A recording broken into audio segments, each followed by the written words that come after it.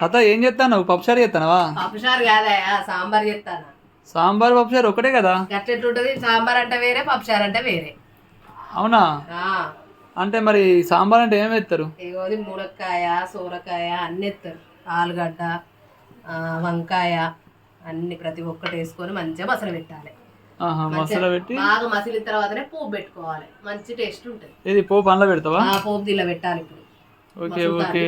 పప్పుచారు అంటే నాకు చాలా ఇష్టం, కానీ మరి సాంబార్ అంటున్నావు కదా, సాంబార్ అయితే నాకు ఏది మన ఫంక్షన్ హాల్లో ప్రోగ్రాంలో చేస్తారు చూడు, అవునవును అన్ని కలిపి దాన్ని డాల్చా అంటారు కదా?